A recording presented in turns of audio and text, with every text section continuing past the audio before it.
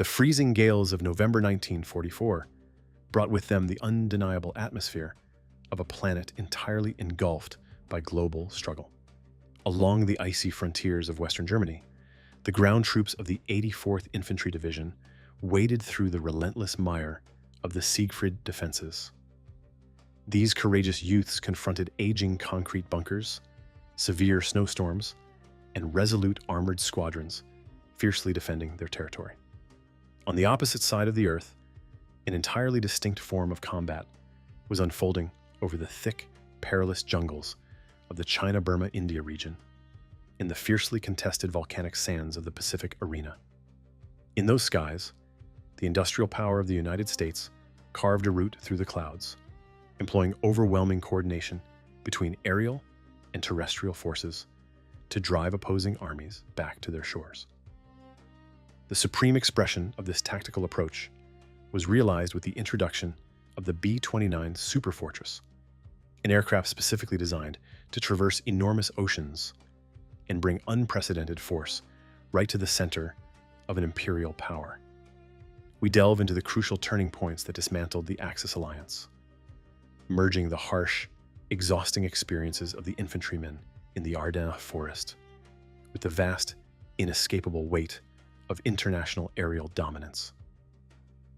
Immerse yourself in the genuine atmosphere of a clash that permanently shifted the course of mankind's legacy, presented through meticulously restored, uncommon World War II archives in vivid color.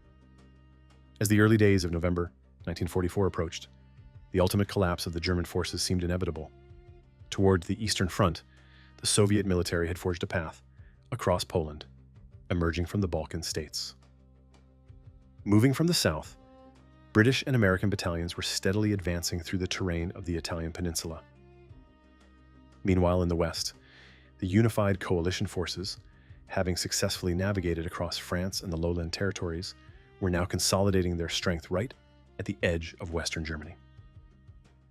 John Shaw. I vividly recall the dependable M1 firearm. It featured a semi-automatic mechanism and breech loading. Holding it now feels noticeably more cumbersome than it felt 20 years in the past. I am John Shaw. I served within the ranks of the 84th Infantry Division as a standard private throughout the duration of World War II. In total, our unit was stationed along the Siegfried perimeter for approximately 3 weeks. Reflecting on that specific period, my recollections remain quite hazy and indistinct. The environment consisted largely of damp earth and scattered cabbage fields. Occasionally, we managed to make minor advancements, yet predominantly, our days were spent confined within defensive trenches, which were persistently flooded with rainwater. Generally speaking, I feel that soldiers from the United States struggled to harbor deep animosity. We certainly referred to the opposing German troops and recognized them as the adversaries we had to overcome. Yet an overwhelming, intense fury was rarely present among our ranks. The role of the non-commissioned officer within the American military structure is truly exceptional. That individual must guide their subordinates effectively, while simultaneously recognizing that numerous individuals within their squad possess the potential to command as well. A primary challenge confronting any newly appointed commanding officer is living up to the high regard and expectations established by the previous leaders who guided the unit.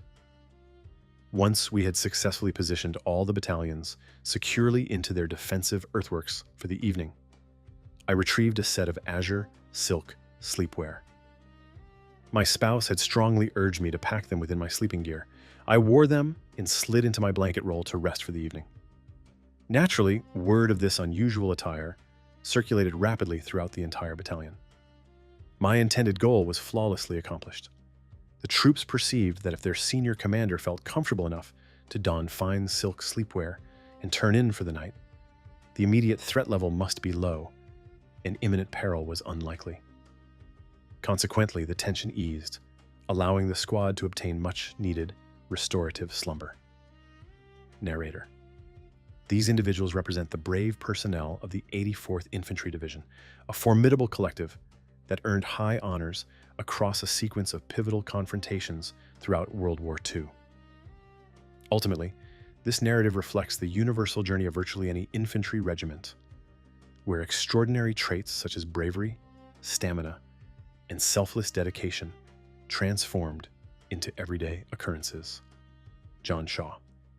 I was counted among the 3,000 young recruits enrolled in the specialized training program, transferred directly to the 84th Division during April, prior to our overseas deployment in 1944. We endured rigorous preparation and were eventually transported across the Atlantic in September, spending a brief period stationed in England. Following that, we joined the rapid logistics convoy, known as the Red Ball Express. Almost immediately, we found ourselves positioned directly at the frontward boundary, completely prepared to engage the opposing forces. Every single one of us was deeply curious, contemplating what the impending harsh realities would actually entail. We visibly witnessed the artillery munitions detonating in the distance. The resounding echoes reached our ears clearly. A collective sense of apprehension filled the air, yet I doubt any individual among us truly comprehended the sheer magnitude of the events about to unfold. Narrator. The resilient troops of the 84th Division successfully breached the adversarial perimeter several hundred yards eastward of the Netherlands border. However, the formidable Siegfried barricades completely obstructed any subsequent forward momentum. This heavily reinforced sector, riddled with anti-armor obstacles, artillery stations, and hardened concrete bunkers, evolved into a massive barrier, sheltering the exhausted German battalions gathering behind it. General Siegfried Westphal, who served as the primary administrative officer for Field Marshal von Rundstedt, offered his perspective regarding their precarious strategic standing. General Siegfried Westphal, voiceover translation. It became an absolute necessity for the upper echelon of the German military command in the Western Theater to secure additional time. This delay was required to properly supply the Western defensive structures, widely known as the Siegfried installations. Consequently, we were obligated to exhaust every available option to ensure our enlisted personnel held that specific boundary for the maximum possible duration. The Western defensive network was entirely devoid of armaments. Furthermore, the barbed wire barricades had previously been dismantled. Even more astonishing, several access keys required to open the decaying subterranean shelters had vanished. The actual protective capability of these structures was so incredibly low that the infantrymen actively chose to reside within exposed earthen channels beneath the open atmosphere, severely fearing the weakened concrete roofs might crumble directly onto them. Upon relaying this dire assessment to the Central Command, the Supreme Leader erupted in intense fury, loudly proclaiming that the entire globe supposedly shook with dread at this magnificent triumph of German engineering. Narrator. The immediate objective assigned to the 84th Division, operating as a vital component of a broader tactical surge, required fracturing the Siegfried perimeter at the municipality of Geilenkirchen. Subsequently, they were tasked with securing vital crossing points along the adjacent Roer waterway. Further ahead awaited their ultimate destination, the Rhine.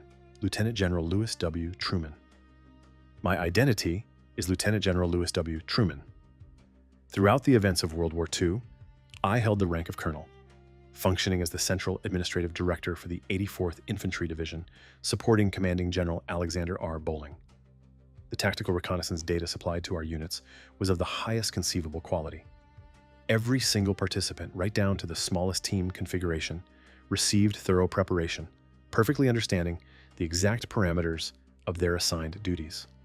Without a shadow of a doubt, our command possessed immense certainty regarding our collective capacity to successfully execute the mandated operation.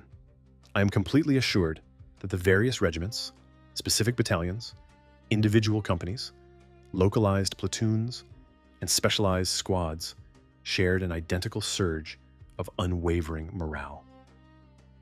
Narrator. The 84th Division was strategically bolstered by British regiments securing the left flank, alongside the American 2nd Armored Unit and the 102nd Infantry anchoring the right.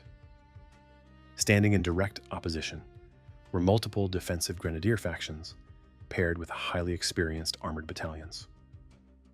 At exactly 5 minutes before 7, on the morning of November 18th, an immense wave of artillery fire announced the official commencement of the major forward push. John Shaw Geilenkirchen was situated roughly 3 miles distant from our starting coordinates. By circumstance, our designated regiment spearheaded the initial surge. I was assigned to the leading platoon of the primary company, specifically positioned within the foremost squad. As fate dictated, I assumed the role of the primary forward scout, meaning I physically led the advance. We navigated through a compact forest, eventually emerging onto a recreational field. We sprinted rapidly across that open space, arriving at the suburban edges of the municipality. Discovering an established trench system, we proceeded cautiously through the corridor. At that precise juncture, the collective mood was incredibly optimistic, accompanied by a profound sense of accomplishment for successfully reaching that advanced milestone without incident. From my perspective, the entire company appeared stretched out in a single, continuous formation. Unexpectedly, an opposing soldier situated at a window 3 blocks distant unleashed a barrage from an automatic weapon directly toward our procession within the channel. Instinctively, every single one of us plunged toward the soil, remaining completely immobilized while anticipating a strategic countermeasure from our allies.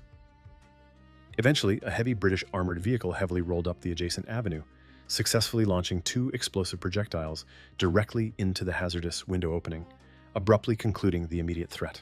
Richard K. Hawkins. My name is Richard K. Hawkins. I served as a first lieutenant assigned to Company A of the 334th Infantry, operating under the 84th Infantry Division. Absolute synergy across the diverse military branches was a fundamental requirement. The ground forces were obligated to advance manually, physically secure the territory, and maintain an unyielding presence. Concurrently, the heavy artillery divisions were required to suppress the opposing strongholds long before the foot soldiers initiated their forward sprint. It ultimately manifested as a magnificent display of synchronized tactical execution among completely distinct military sectors. John Shaw. We successfully navigated past Geilenkirchen, embarking on a route we optimistically believed would lead us directly toward Berlin. Our spirits soared, fueled by an intense adrenaline rush from active participation in the global conflict. Yet, after advancing approximately 500 yards along that path, the opposing 80.8mm artillery initiated their heavy bombardment. Acting on sheer panic, our units scrambled toward a nearby thicket, desperately attempting to burrow into the terrain for safety. We utilized our bare fingers, frantically scraping the earth to create makeshift shelters. Concurrently, the heavy projectiles impacted the upper canopy, scattering forceful concussions throughout our immediate vicinity. Several companions sustained severe impacts, urgently echoing intense pleas for medical assistance. Subjectively, that harrowing experience felt as though it stretched for half an hour. Realistically, I imagine the entire ordeal concluded within 5 minutes. Fritz Kramer. I am Fritz Kramer. I marched alongside the 84th Division, considered a relatively older participant, serving from my 35th through my 37th year of life. I deeply remember. I can distinctly recall the intense emotions that washed over us, echoing the sentiments of any individual stepping into an active combat zone for their initial engagement. A profound sense of doubt clouded our minds. We lacked confidence in our own capabilities, fully comprehending that actual warfare was drastically apart from our simulated exercises. Yet, a distinct thrill was also present, speaking openly on behalf of every generation of military personnel who might follow in our footsteps. A deep sense of trepidation consumed us. This apprehension was not strictly directed toward the opposing forces, but rather centered on our personal survival and endurance. Would we display resilience under immense pressure? I recall our commanding officer later revealing that he spent those pivotal hours in deep reflection and prayer, right as he dispatched the troops he had personally molded into their first real engagement. Looking back, it is universally acknowledged that the operation proceeded favorably. Our specific unit, temporarily integrated with highly experienced British battalions, performed admirably and even earned commendations from our foreign allies. This achievement instantly provided a massive boost to our collective morale. We had finally engaged the opposition, and although our actions were devoid of legendary valor, our internal belief in ourselves expanded exponentially. Breaching the defenses. Donald Phelps. My identity is Donald Phelps. I held the rank of sergeant within the 333rd Infantry Regiment, part of the 84th Division. We discovered a tactic of silently approaching the concrete fortifications under the cover of darkness, executing rapid, evasive strikes. The primary obstacle during these nocturnal operations was the undeniable reality that the opposing military's established strongholds and bunker networks possessed flawlessly calibrated targeting. Consequently, every critical junction along the transit routes endured relentless prohibitive artillery barrages. Narrator. As the 21st of November dawned, the formidable Siegfried perimeter had suffered noticeable fractures. The strategic targets situated within and adjacent to Geilenkirchen were successfully secured.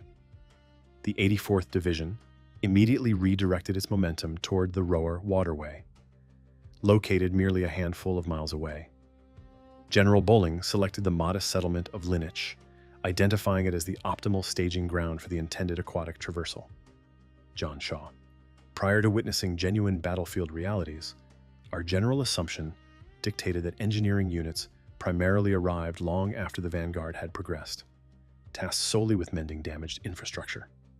In truth, specialized engineering teams were actively embedded alongside every single infantry platoon. Their critical objective involved positioning targeted demolition materials directly into the defensive apertures of the concrete shelters, a strategy that significantly accelerated the dismantling of those formidable barriers. Narrator.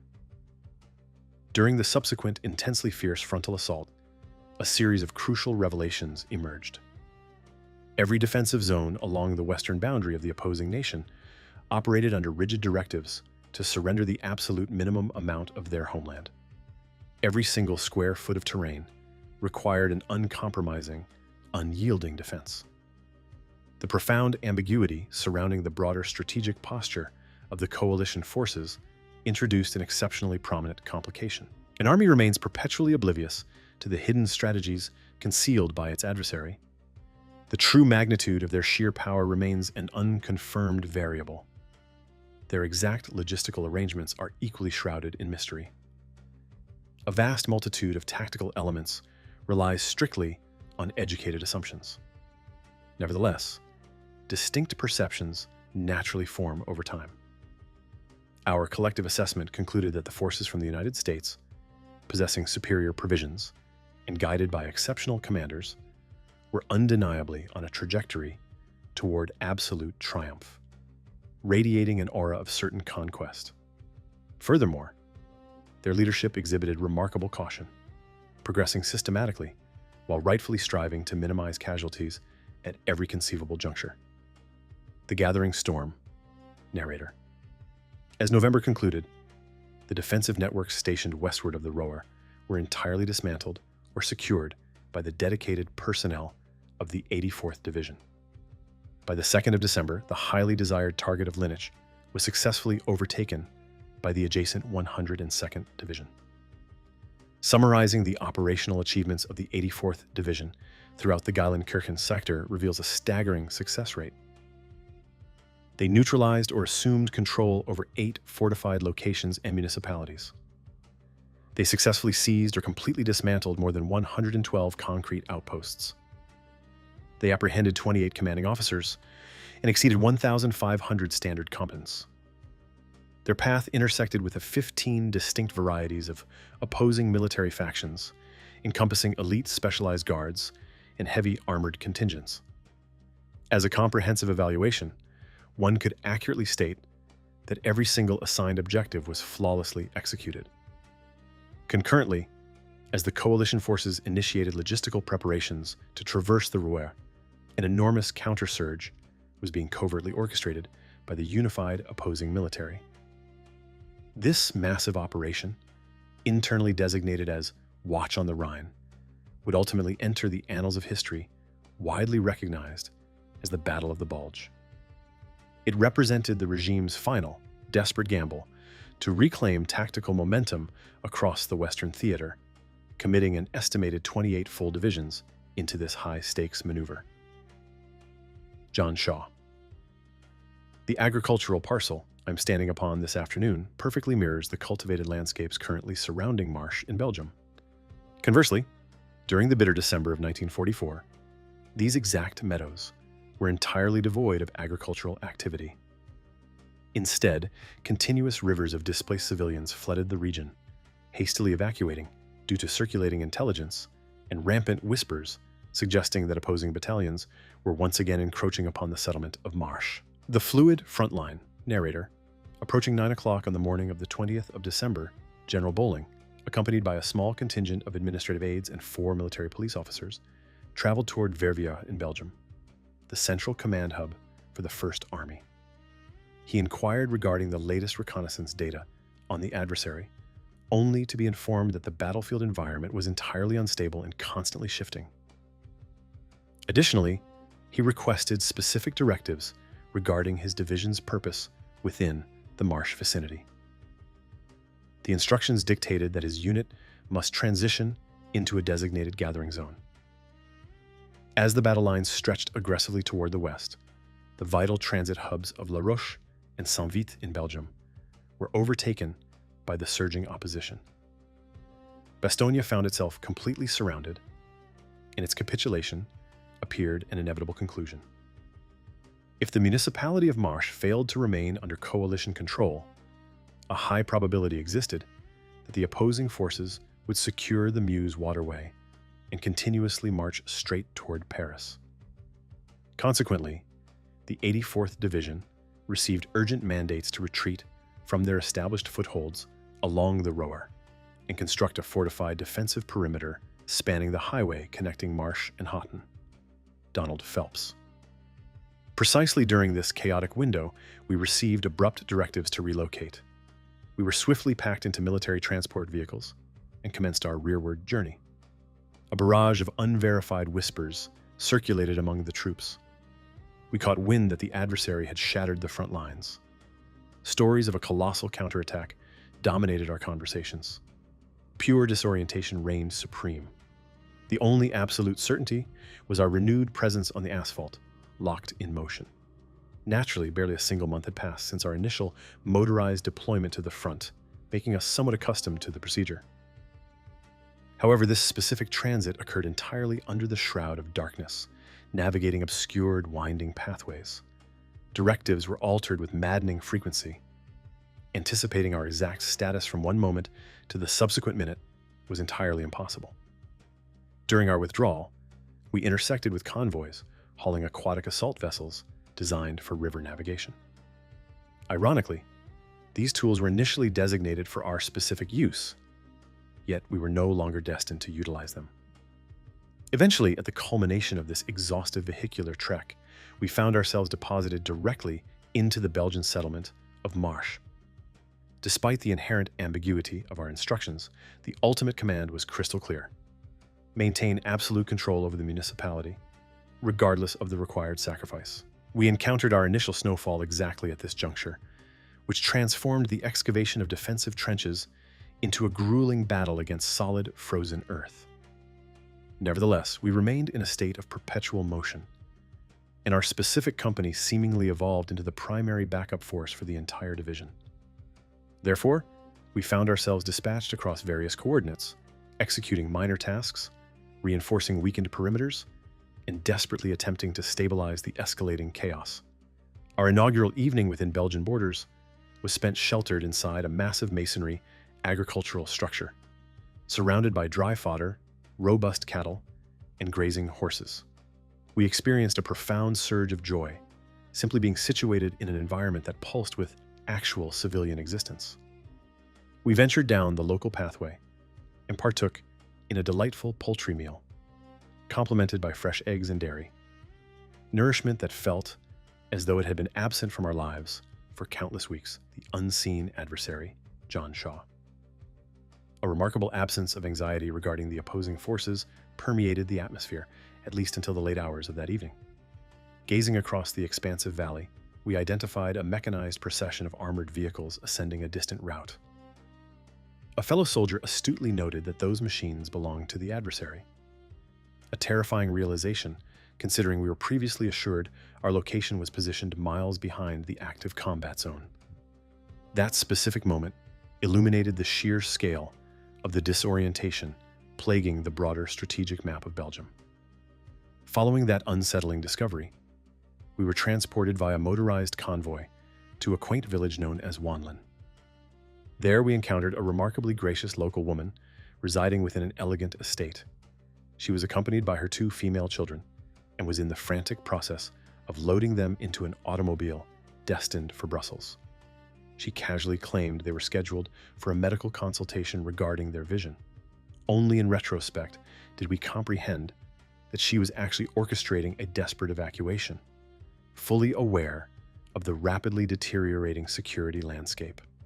As that very night progressed, we experienced our initial direct confrontation with adversarial armor. The heavy machines approached our sector, unleashing projectiles in our direction.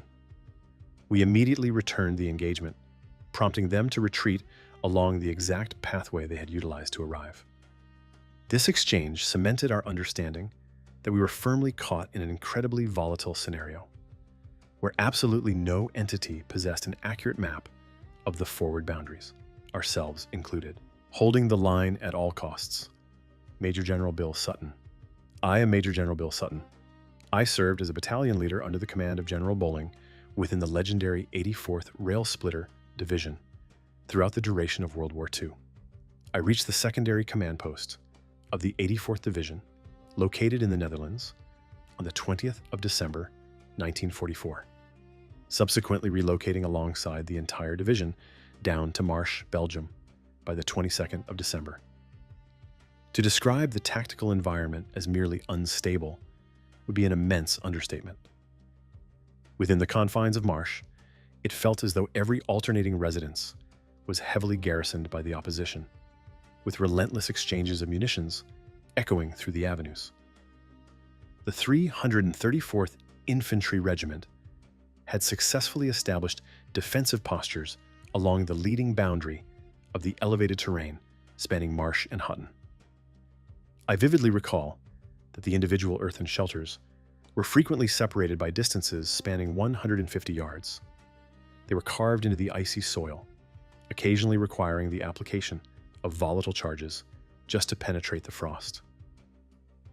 Our defensive posture was dangerously stretched beyond its limits, allowing isolated clusters of adversarial armor and foot soldiers to persist intermittently throughout the entire boundary. Throughout the daylight hours, the opposition had stealthily maneuvered their tanks and infantrymen into a forested enclave situated directly behind our primary lines, yet positioned just ahead of our backup contingents.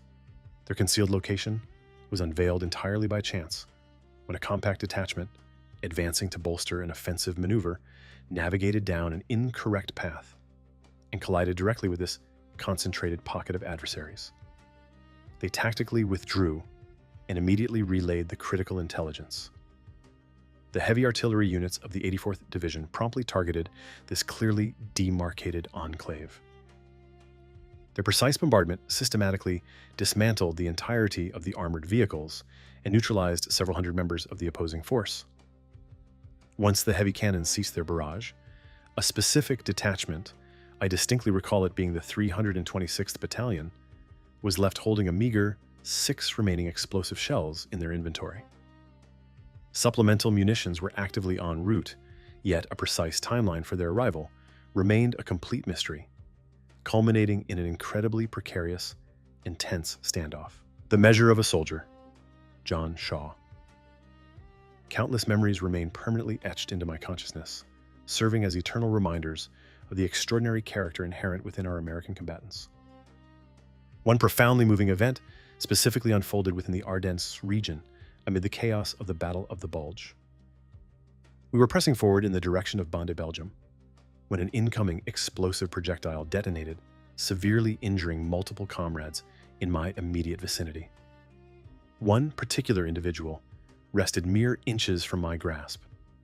I could visibly ascertain that he had sustained catastrophic trauma, with his physical condition severely compromised, leaving him entirely enveloped by profound shock. I desperately attempted to provide solace, gently elevating his posture while we awaited the arrival of the medical personnel. Throughout this harrowing ordeal, and this is a detail I will absolutely never forget, this courageous individual was actively attempting to express his deepest apologies to me for sustaining his injuries. He was on the verge of tears, overwhelmed with sorrow simply because his condition prevented him from remaining alongside the battalion to finish the ongoing struggle. This continent is Europe. This represents the impenetrable barrier of the authoritarian empire's fortress. All the skill of a fiercely great, enormous strategic and architectural efforts were poured into erecting that formidable barrier. Presently, young men hailing from New York and London, originating from Seattle and Manchester, arriving from Toronto and Montreal, as well as Marseille, Warsaw, Prague, Narvik, and thousands of additional coalition households, are attempting a feat that both Napoleon and the fascist dictator feared to undertake. They are navigating across the turbulent currents of the English Channel to strike the heavily reinforced shorelines waiting on the opposite edge. Their absolute objective remains the adversarial military apparatus and its high command, individuals who are undoubtedly devoid of any amusement at this hour. High within the Persian highlands during the previous December, the current coastal engagements unfolding in France were meticulously drafted and permanently etched onto the coalition schedule. Within British borders, the displaced combatants of the European continent readied themselves for their triumphant return journey. Citizens of the Netherlands, Poland, Czechoslovakia, and Norway harbored vivid recollections of the devastating vernal months of 1940. Across the ocean, American contingents arrived from the Western Hemisphere.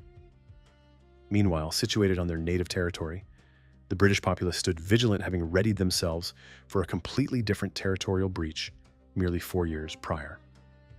This massive collective patiently awaited the ultimate directive from the very tacticians who had previously dismantled the enemy forces across the North African deserts, the Sicilian coastlines, and the Italian peninsula, and who were currently pivoting their immense focus toward the formidable opposition entrenched in the Western theater.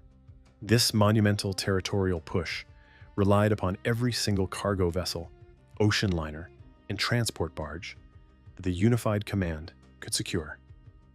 The forward momentum was guaranteed by the maritime fleets and coastal aviation squadrons, continuously engaging in an exhaustive struggle against the adversarial underwater vessels across every oceanic and atmospheric corridor leading toward Great Britain. Ultimately, this campaign hinged upon the naval forces securing absolute dominance, guaranteeing the secure arrival of metallic bounties dispatched from American shores and the broader Commonwealth territories. The hazy industrialized harbors, the exact locations where the opposing regime had fruitlessly expended their elite aerial squadrons, now vibrated beneath the colossal mass of Anglo-American munitions and logistical hardware. Enlisted troops, junior officers, and deeply weathered civilian dockworkers operated the massive mechanical hoists, transferring the unified world's martial abundance directly onto British soil. Gathered there were the copper yields of Montana, the grain harvests of Australia, the forged steel of Pennsylvania, the livestock of Texas, alongside the precise craftsmanship supplied by the female workforce within Californian aviation facilities, and the sheer physical exertion extracted from the subterranean mines of Canada. Packaged securely within those crates was the unyielding resolve of a unified global coalition, determined to reach a definitive conclusion on the European mainland within that specific calendar year.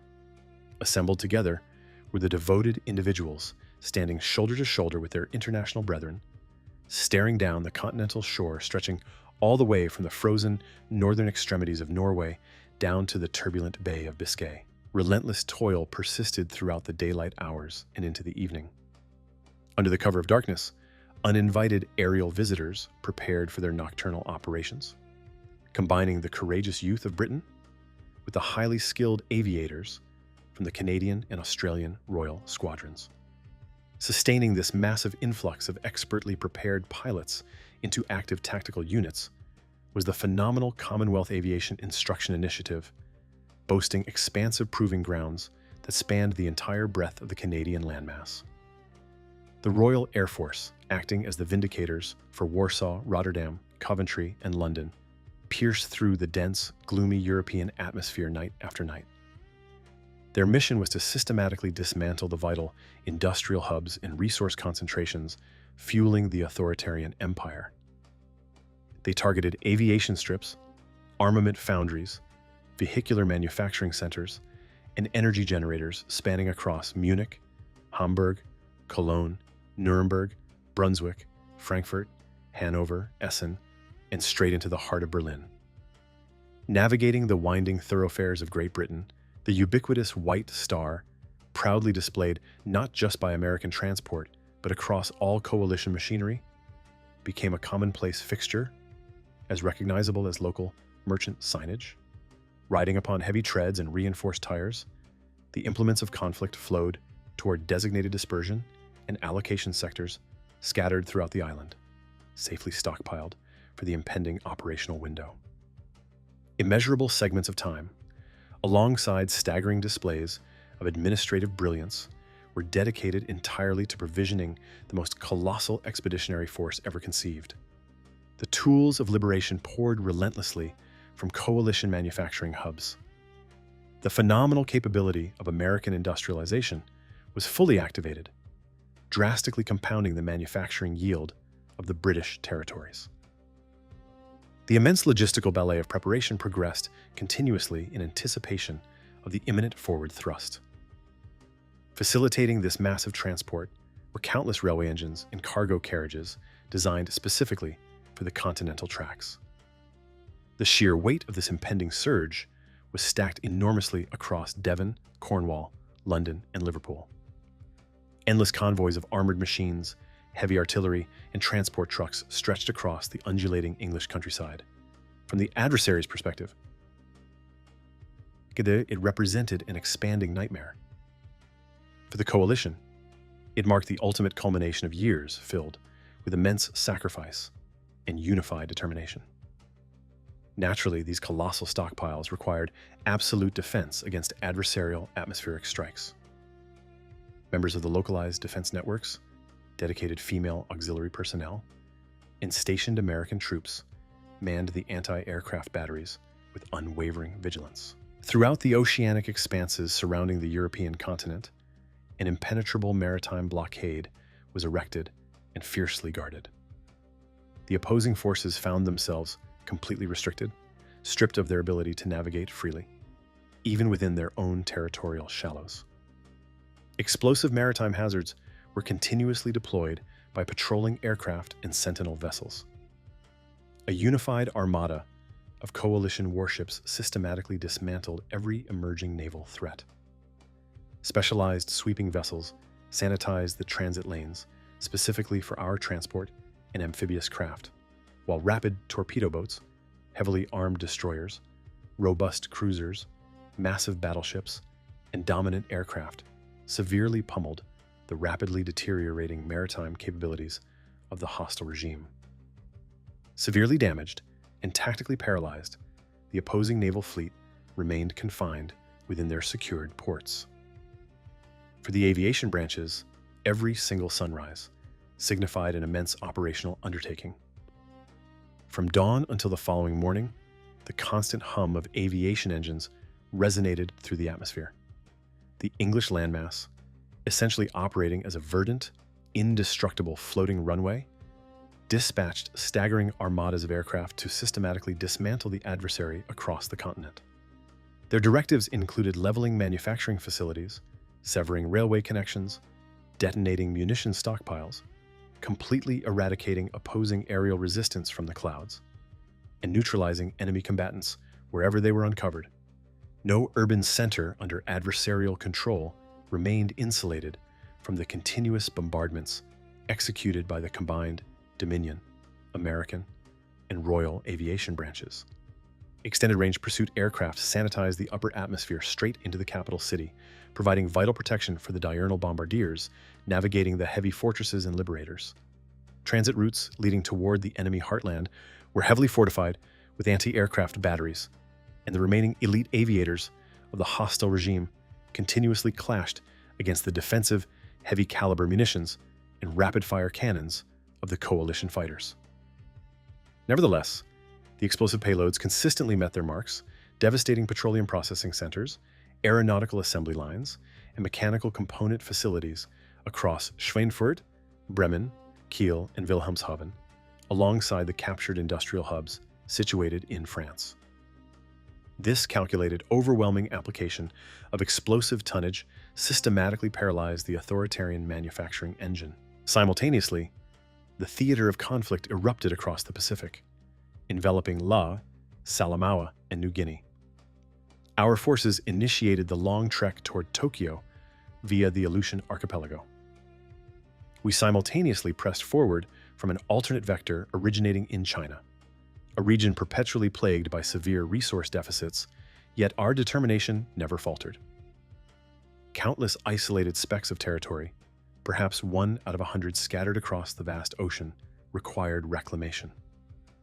Wake Island represents just one isolated coordinate that was successfully repossessed. The dense landscapes of Burma were infiltrated by paratrooper divisions representing numerous coalition nations. Virtually zero obstacles could halt our collective momentum. Along the path leading to the Philippine archipelago lay Hollandia, once a relatively unknown cartographic label that was subsequently reduced to absolute ruin. For every single explosive deployed, every projectile fired, and every strategic sacrifice endured, the cost of managing a planetary struggle was exacted under circumstances that appear almost unfathomable in modern retrospect. The toll was covered through the expenditure of infinite logistical resources and hardware. Our ranks clashed, perspired, and toiled without pause for a singular objective, pressing the aerial bombardment threshold continuously forward. That phrase became the ultimate mantra throughout the Pacific theater. Push the bombardment threshold.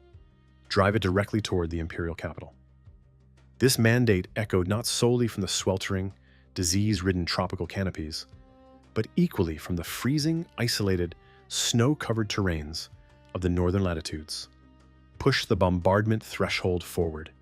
Launch the squadrons into the sky. Essential provisions surged from an American populace entirely dedicated to the war effort. These shipments encompassed every conceivable dimension, configuration, and category.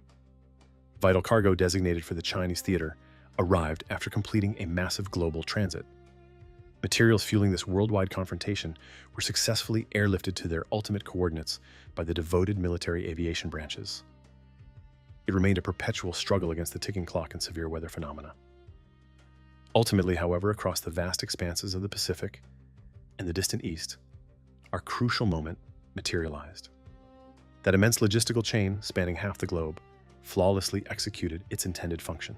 Launching from makeshift runways, violently carved directly from the dense rainforests, the aerial military divisions finally provided the ground troops with the one critical asset they had desperately required: integrated atmospheric cover. Ranging from New Guinea all the way to Okinawa and spanning the entirety of the China-Burma-India zone, tactical interceptors plunged from the clouds to completely neutralize opposing formations. Positioned right here in the heart of Burma, roughly 90 miles to the southwest of Mandalay, lies a perfect illustration of the countless instances where integrated aerial strikes exponentially accelerated our territorial gains. During this specific operation, atmospheric dominance was leveraged to sanitize the route for a southern push toward Rangoon, ensuring the capture of that vital maritime hub for our unified battalions. P-47 aircraft belonging to the Premier Aerial Tactical Group were dispatched to assist the British foot soldiers in successfully traversing the Irrawaddy Current and securing a stable forward position. The resulting aerial engagements covered a 50-mile circumference. The aviators, relying heavily upon precise reconnaissance briefings, maintained uninterrupted radio contact with terrestrial command centers. They systematically unleashed explosives and heavy automatic fire upon every defensive structure the Imperial forces had meticulously constructed. Objectives that traditionally demanded extended periods of grueling close-quarters combat, inevitably resulting in severe troop depletion, were miraculously achieved within a mere handful of days. Even as that forward staging area was firmly established, the absolute effectiveness of Anglo-American integrated combat strategy guaranteed the expulsion of the Imperial Army from the Burmese landscape. The moment a fresh stronghold was claimed within the Pacific, the identical, grueling cycle of exhaustive labor commenced anew. On the island of Saipan, crucial resources, heavy machinery, and architectural specialists rapidly trailed the primary assault wave to rapidly transition the territory into a fully functional hub for military aviation. Securing Saipan proved heavily demanding, yet the opposition was forced to endure a twofold deficit. Once again, the sheer destructive magnitude of atmospheric superiority was undeniably proven. One of the most heavily fortified Imperial outposts in the entire ocean had been pulverized into scattered debris. The adversarial military leadership completely realized that their domestic borders would soon lose all semblance of security. Subsequently, an astonishing feat of engineering commenced across the Pacific. This immense undertaking required absolute completion within mere hours of its initiation, fully reconstructing and extending the recently seized runway to successfully launch the exact piece of technology destined to finalize the global conflict. The successful execution of that massive labor is now firmly cemented in the historical record. Rising from the infinite blue expanses of the ocean, roared the most formidable heavy bomber the military aviation sector had ever conceptualized. The B-29 Superfortress emerged, carrying the microscopic soil of the Kansas prairies still clinging to its gleaming metallic surfaces. This specific aircraft was meticulously engineered to transport the devastating reality of conflict directly to the Imperial mainland. The absolute peak of all long-term strategic blueprints targeting a Pacific triumph was finally visible on the horizon. Nevertheless, a singular, massive obstruction blocked the final approach. That barrier was known as Iwo Jima. Securing that minuscule volcanic fragment was an absolute necessity for several critical tactical applications. It would serve as an essential staging ground for pursuit aircraft, act as a vital safety terminal for B-29s limping back from heavy bombardments over the Japanese mainland, and, crucially, this necessity arose because that specific volcanic rock harbored aggressive squadrons that absolutely required neutralization prior to our final march toward the imperial capital. Leveraging that island as a launch pad, the adversarial forces relentlessly harassed Saipan whenever the slightest tactical window opened. Our defenders consistently swatted their fighters from the clouds the moment they appeared. Yet, their strikes occasionally breached our defenses, causing tragic losses among our ranks and severely damaging both the meticulously constructed runways and the stationed B-29 heavy bombers. These harsh realities provided absolute justification for the monumental undertaking that swiftly followed. Consequently, the seizure of Iwo Jima became a non-negotiable imperative, regardless of the staggering toll required to claim it. Ultimately, that desolate terrain fell securely under our control. The pursuit craft occupying its freshly paved tarmac now belonged to the coalition. Furthermore, the massive B-29 bombers finally secured their vital sanctuary for emergency descents. The pathway straight into the heart of Tokyo was now completely unobstructed. Historic battlegrounds such as Guadalcanal, New Guinea, Rabaul, and Tarawa faded into the background as the military aviation wings initiated a methodical dismantling of critical infrastructure across the unlawfully seized imperial territories. Deep within Borneo, the immensely lucrative petroleum reserves located at Balikpapan and its immediate perimeter faced catastrophic bombardments from the clouds. These specific sorties were incredibly prolonged and fraught with peril, yet the strategic yield was undeniable. The primary energy reservoir fueling the imperial military apparatus was utterly obliterated, leaving the opposing garrison stationed in Borneo severely weakened and vulnerable to the inescapable amphibious landings that rapidly succeeded those torrential aerial campaigns. The previously unstoppable high-velocity imperial engine was effectively throttled down to a struggling crawl. Simultaneously, while the B-29s launching from Saipan initiated direct bombardment runs over the Japanese mainland, separate branches of the military aviation sector spearheaded fierce operations aimed at reclaiming the Philippine archipelago. Within this arena, the opposition was once more forced to intimately understand the overwhelming dominance of atmospheric supremacy. The adversarial forces had inflicted massive devastation upon our Philippine installations back in 1941. When General MacArthur famously vowed to orchestrate a triumphant return, he certainly never intended to arrive without overwhelming force. The aviation wings had successfully paved the way with relentless preemptive strikes. The ultimate retrieval of the Philippines and the long-awaited emancipation of its deeply traumatized civilian populace are now permanently etched into historical records. Furthermore, General Douglas MacArthur successfully realized his profound objective to vindicate the tragic falls of Bataan and Corregidor. Yet, another heavily fortified outpost demanded a steep price for its acquisition: Okinawa. And upon an adjacent patch of earth, countless brave individuals found their eternal rest. Soon enough, Okinawa was utterly transformed into a fully functioning forward operating base. Additionally, General Doolittle transitioned from the European front to take the helm of the newly repositioned 8th Air Force. The Grand Theater was perfectly arranged, prompting General Arnold, the supreme commander of the military aviation divisions, to travel toward a distant eastern outpost. His purpose was to strategize the ultimate, decisive blow alongside Generals Kenny and Whitehead. At long last, the bombardment threshold had definitively stretched all the way to Tokyo, and the sheer scale of that threshold was staggering. Waves consisting of 400 aircraft, then 500, escalating to 600, and eventually swelling to armadas of 1,000 planes darkened the skies. The grueling island-hopping strategy, the colossal maritime clashes, and the intense close-quarter struggles endured by the Marines and foot soldiers were simultaneously yielding ultimate dividends. The Imperial aviation manufacturing capacity plummeted by 50% within a mere span of weeks.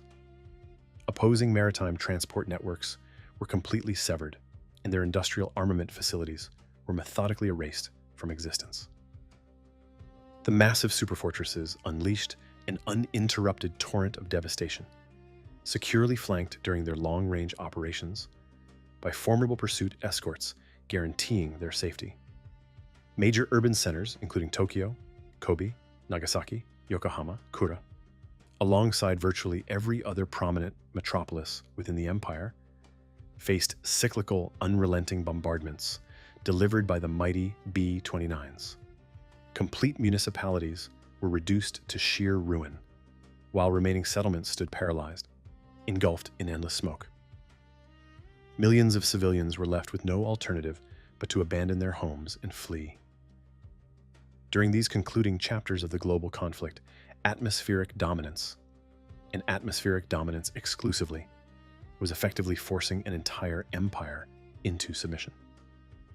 It was ultimately left to that very same aerial supremacy to permanently conclude the devastating struggle. On a singular dawn, specifically the 5th of August, 1945, one lone B-29 embarked upon an unprecedented operation. A single aircraft standing as the ultimate proxy for the unified global coalition and the countless millions who had tragically perished. That solitary machine embodied millions of grueling hours of human toil and billions of dollars in national investments. Tucked within its bay was the atomic payload, and its designated target was Hiroshima. An entire metropolitan expanse was instantly plunged into absolute desolation by a singular device. The terrifying blueprint for this devastation had only recently been verified during the initial proving trials situated in the deserts of New Mexico. Merely a few sunrises later, Nagasaki faced a similar fate, consumed by a secondary atomic deployment. This subsequent weapon possessed such an exponentially magnified yield that the initial design was instantly rendered archaic. By the 14th of August, 1945, the immense conflict raging across the Pacific reached its definitive conclusion. The opposing regime capitulated without a single condition, compelled entirely by an overwhelming remote pressure. That unstoppable force was absolute aerial dominance, the most formidable projection of atmospheric power the globe had ever witnessed. It now falls to the succeeding generations of the United States to ensure that unparalleled strength never wanes.